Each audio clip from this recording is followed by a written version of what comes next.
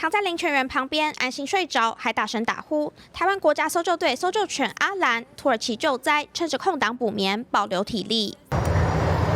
阿兰踏在瓦砾堆上，低着头，东闻闻西闻闻，把握黄金救援时间，希望能找到幸存者。台湾搜救队这回派出5只搜救犬，除了帮忙找寻受困瓦砾堆下的灾民，灾区内忙碌的身影也抚慰许多灾区儿童的心。不过，从台湾出发前留在台湾待命的搜救犬，一张照片却引起讨论。台湾特搜队出发前往土耳其时，搜救犬 Emma 现身目送同伴离开。不过，她被拍到当时咬着一个鸡腿玩具，有民众网路留言认为她不专业。不过 Emma 其实训练有素。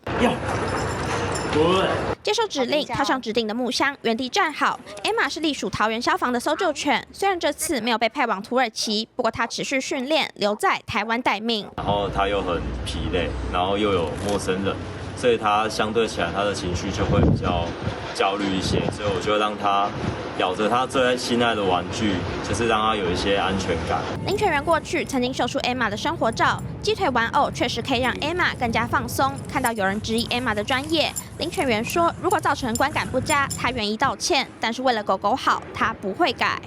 修正或改正的话，我是办不到的，因为这是原则问题，就是我应该要更在乎他的心情。搜救犬和林犬员平常如影随形，有着十足默契。如何让狗狗保持在稳定的状态，也是林犬员的重要工作，才能让搜救任务发挥到最大效能。镜新闻崔兆慧、杨仲强、施佑伟采访报道。